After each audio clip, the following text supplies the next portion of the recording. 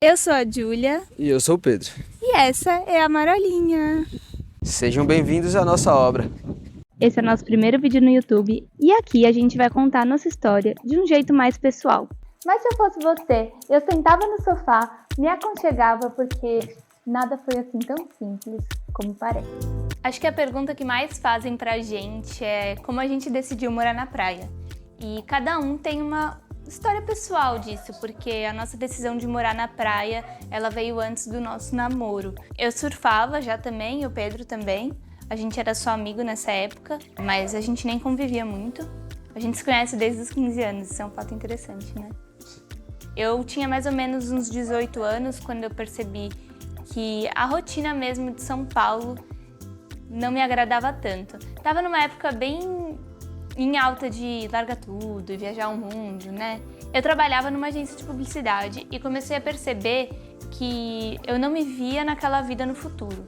Então, não é que eu só não gostava muito de fazer aquele trabalho, da correria em si, mas eu não ficava muito feliz em me vendo crescendo naquele estilo de vida. Então, eu não me sentia com a ambição de me tornar uma diretora de agência, enfim. E aí eu fui buscar outras maneiras de que eu pudesse ter uma boa renda, mas morando onde eu quisesse, basicamente ter liberdade geográfica, que naquela época, fazem 12 anos quase, era bem comum. Aí eu comecei a pesquisar no Google e achei uma franquia de agência de marketing. Essa franquia vendia sites, que era super em alta naquela época, e aí eu falei, acho que é uma boa ideia. Eu tinha dinheiro, que eu guardava dinheiro desde que eu comecei a trabalhar. Peguei todo o meu dinheiro, investi na franquia, comprei a franquia e dei a cara a tapa. Com 19 anos, comecei a empreender e bati de porta em porta nas empresas para falar, você quer fazer um site? Quer fazer um site? Na época não existia Instagram para empresas, era só Facebook. E aí até eu tive a ideia de começar a fazer posts para as empresas dentro do Facebook. E assim comecei. Criei um modelo de negócio onde as empresas me pagariam mensalmente para eu criar conteúdo. Acredite ou não, há 12 anos atrás. E trabalho com isso até hoje. Tem a história do Pedro, né? E aí ele vai contar. Então, levando um pouquinho a história lá pro passado, comecei a surfar com 15 anos de idade. Então foi um momento que me deixou muito feliz, assim, que falei, olha, esse daqui é um caminho legal a seguir. Pode ser muito bom para mim, para minha mente, pro corpo, alma, tudo. E aí, beleza, aí foi indo, 17 anos comecei a trabalhar numa lojinha e tal, entrei na faculdade, comecei engenharia, nisso já comecei a trabalhar com engenharia também, e o surf ali o tempo todo, continuando. E eu já sabendo, um dia vou morar na praia, um dia eu vou morar na praia, quero ficar perto do mar, quero pegar onda. Fomos, né, caminhando e tal, trabalhei em empresas. Aí depois de um tempo comecei também a empreender por conta própria, né? Só que fora do ramo da engenharia nesse momento. Comecei a fazer concertos em prancha de surf.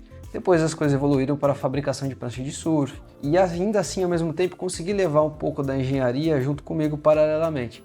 Então fazia gerenciamento de obra, fazia gerenciamento de projetos. Cheguei até a fazer instalação de placa fotovoltaica, né, de sistema solar.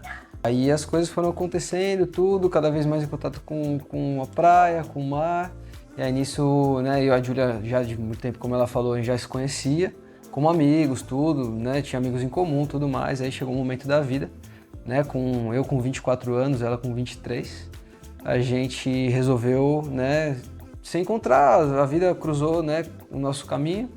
E aí, e ela teve outro namoro, eu tive outro namoro, e aí chegou num momento que a gente resolveu sair e tal, e a coisa foi andando e deu certo. A gente começou a namorar, eu tinha 23 e o Pedro 24, e desde então a gente sempre falava do dia que a gente ia morar na praia, porque a gente ia morar na praia. E bom, eu já tava nesse planejamento há 6 anos e o Pedro também. Então os dois separadamente tinham construído uma vida para que um dia a gente pudesse morar na praia. Mas ainda não era hora.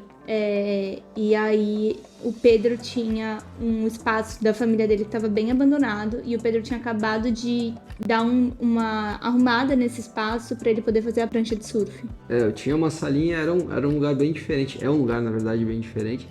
ele fica todo embaixo do vizinho, né? Então ele é como se fosse um subsolo.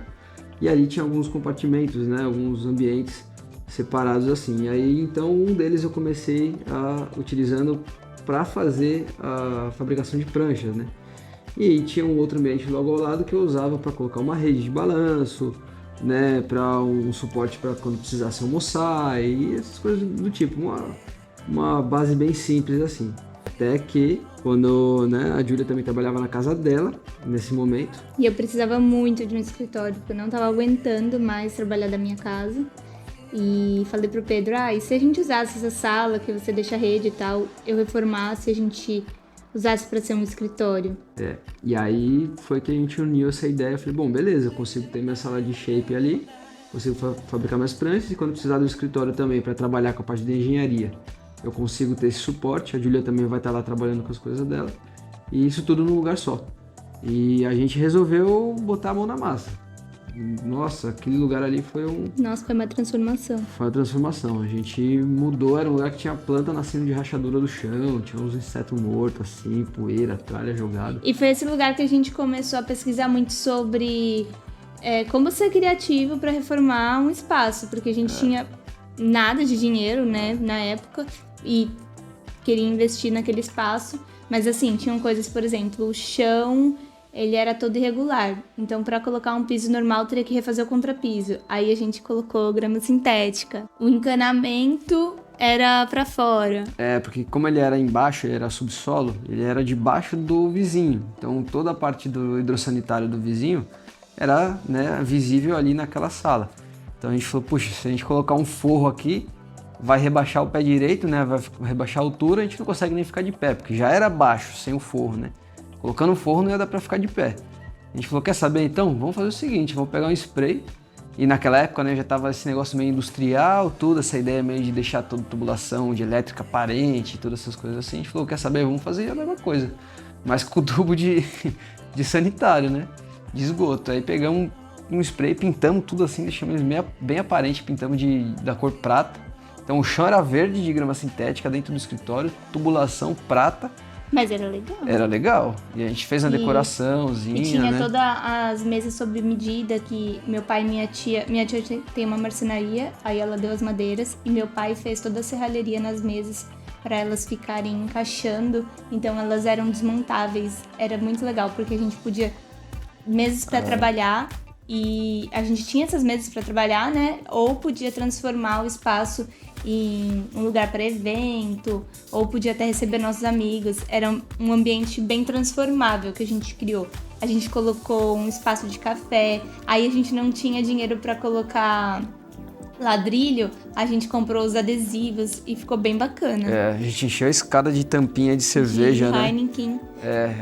A gente arrumou em algum bar que a gente conhecia e aí falou, tudo tampinha de cerveja que vocês conseguirem, junta que a gente quer. Colou uma na cola quente. Uma por uma na cola quente.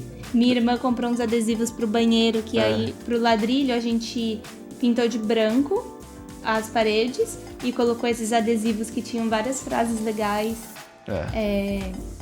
Tinha um balcão que a gente fez de madeira que a minha tia deu, a teca, né? Minha tia que deu a teca. E ficou lindo, lindo, lindo. Tinha os bancos que combinavam com o balcão. Ficou uma graça, assim, do que a gente gastou na época e o que ficou. Acho que a gente gastou, sei lá, 5 mil reais. Nossa, nem isso, eu acho. Nem isso deu. E aí, a gente usou lá durante 1 ano e pouco e resolveu que queria reformar também o espaço de cima para ver se conseguia rentabilizar alugando mesinhas para as pessoas trabalharem, que também estava bem alta. Aí a gente fez essa reforma do andar de cima. Também depois de 1 ano quase, não foi? Também super, assim, pesquisando coisas, né? Acho que o mais diferente desse andar foi que a gente comprou uns... Como chama aquela madeira que a gente usou de cobogó? É uma madeira prensada, compactada. E usou de cobogó. Tipo um MDF cortado a laser, assim, com formato de cobogó, de elemento vazado, né? E a gente pendurou ele no teto, fez um painel doido ali, amarrou no chão, ficou legal, ficou como se fosse uma divisória. Aí colocamos várias mesinhas assim. Colocamos uma Nespresso. Fizemos cimento queimado, né, na parede, um cimento queimado super barato, que na verdade não é cimento queimado, é com massa corrida, né? Você mistura uma porcentagem de massa corrida, água e pigmento e passa com uma esponja na parede assim. Esponja molhada. E fica muito parecido com o próprio cimento queimado. E aí a gente também pra combinar com o andar de baixo, a gente comprou tubo PVC, pintou de dourado e fez toda a decoração com tubo PVC passando assim, e saíam as plantinhas fakes, né, plantinhas falsas dos tubinhos. Tá lá até hoje. E a história é engraçada, porque quando começou a pandemia, a gente não ia mais pro escritório, minha equipe também não tava indo. Aí a gente falou assim, vamos alugar esse escritório, pelo menos a gente rentabiliza, né? Aí a gente falou, beleza, vamos alugar e vamos mudar pra praia, porque a gente não estava aguentando ficar em São Paulo. Nessa época, a gente morava na casa dos fundos da casa da mãe do Pedro, pra conseguir guardar uma grana pra um dia mudar pra praia. E a gente reformou também totalmente a casa da mãe do Pedro. Mudamos tudo, banheiro, cozinha, sala, foi tudo, né? Se fizer uma linha do tempo, a gente fez quase uma reforma por ano, porque assim, a gente começou a namorar em 17. Aí 18 a gente reformou a parte de baixo do escritório, 19 a parte de cima do escritório e a casa dos fundos da mãe do Pedro que a gente morou. E aí a gente em 20 reformou a chácara da família do Pedro e depois ainda reformou a casa que a gente foi morar. Mas olha que loucura, foi assim. A gente não ia mudar pra praia, a gente foi só encontrar minha avó, que a minha avó já morava na praia que a gente morou 2 anos. E aí a gente não podia ir direto pra casa dela por conta da pandemia. E minha tia alugou uma casa na rua do lado pra gente ficar fazendo uma quarentena de 15 dias e conversando com a minha avó de longe. Aí a gente foi pra lá ficar os 15 dias e a casa tava, bem diferente das fotos do anúncio, né? Era. A casa tinha sido reformada, a foto era uma etapa antes da reforma. E aí a gente, beleza. Só que chegou lá, era um espaço bom, um quintalzão de grama, assim e tal. A casa era bem pequenininha. A sala-cozinha bem curtinha assim, sabe, bem pequena. E tinha um quarto, tinha 2 quartos e 2 banheiros, né? Só que a casa não tinha muita estrutura. Ela tinha cama, tinha fogão, geladeira, mas tudo muito, muito bem simples assim, que naquele momento não dava para morar. Fora os mofos na parede de umidade que vinha do vizinho, umidade que vinha do chão, diversos fatores. Telhado, né? Tinha algumas telhas quebradas e tudo mais. E aí chegou a hora de ir embora, né? Na verdade, a gente saiu de lá pra casa da minha avó. Passou os 15 dias nessa casa e foi pra casa da avó da Júlia. E aí a gente falou, nossa, não quero voltar pra São Paulo. E começou a pensar que aquela casa, talvez os donos quisessem alguém pra morar anual lá, porque tava precisando de ajuda e a gente conseguiria reformar. Aí a gente fez um projeto de toda a reforma, sem saber se o dono ia gostar. Fez um projeto, uma apresentação. Em um dia, né? Não, demorou mais disso. Foi? Fez cálculos de quanto sairia a reforma. Chamamos os donos pra conversar. Aí mostramos pra eles e eles toparam alugar a casa anual pra gente. E tava, uma época... Era basicamente impossível arranjar uma casa anual lá em Juqueí. E a gente conseguiu, né, convencê-los, os donos, a alugar pra gente durante 2 anos. Em troca, né, a gente ia pagar o aluguel, mas eles alugaram mais por conta da reforma. Fizemos uma reforma, gente, e a mudança foi assim, eu vou até deixar as fotos do antes e depois, que a gente fez até balcão central, a ilha. Cooktop, forno elétrico embutido, MDF Ultra, que era repelente à água. Eles abateram os custos, tanto da reforma quanto dos elétricos do aluguel. E a gente fez essa reforma em 15 dias. Só que a gente não cobrou mão de obra, então valeu muito a pena pra eles, porque a mão de obra fomos nós dois, em 15 dias. Era das 7 da manhã também até de noitão, 10 horas da noite. Reformava 3 horas, parava pra trabalhar no computador mais 3 horas, voltava a reformar e ficava fazendo isso o dia todo. Aí a gente foi muito feliz em Juqueí, a gente gostou muito. Nossa, a gente adorava lá, a gente queria morar lá pra sempre. Depois de um ano ia ter o reajuste, né? Porque cada ano que passa você tem que fazer o reajuste dependendo do índice que está no contrato. E o índice de reajuste foi o GPM, naquela época. por causa da pandemia, né, e diversos fatores, o GPM explodiu. Então, ele foi a 37%, 38%. E foi exatamente nessa época que calhou o nosso ano de reajuste.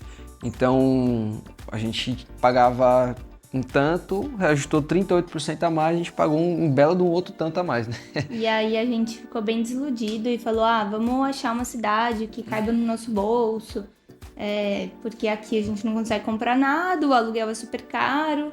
E começamos a pesquisar opções pelo Brasil e nossos amigos nos chamaram para passar férias em Pipa.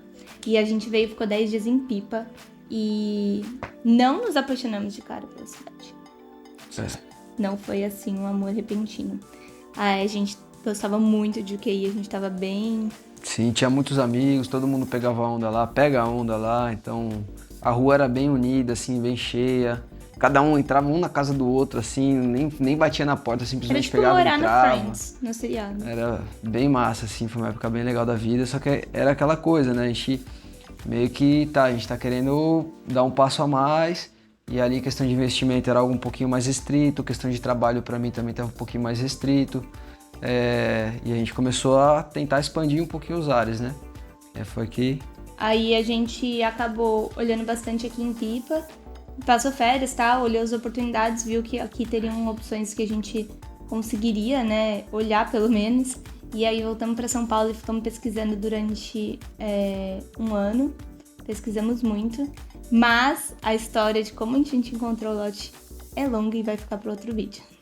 Esse é o vídeo 1 de quem éramos nós antes de Pipa. Como tudo começou... É um pouco longo, né? Mas espero que não seja chato de ouvir. Valeu, galera. Valeu. Até o vídeo 2, Até a onde próxima. a gente vai contar como a gente achou o terreno.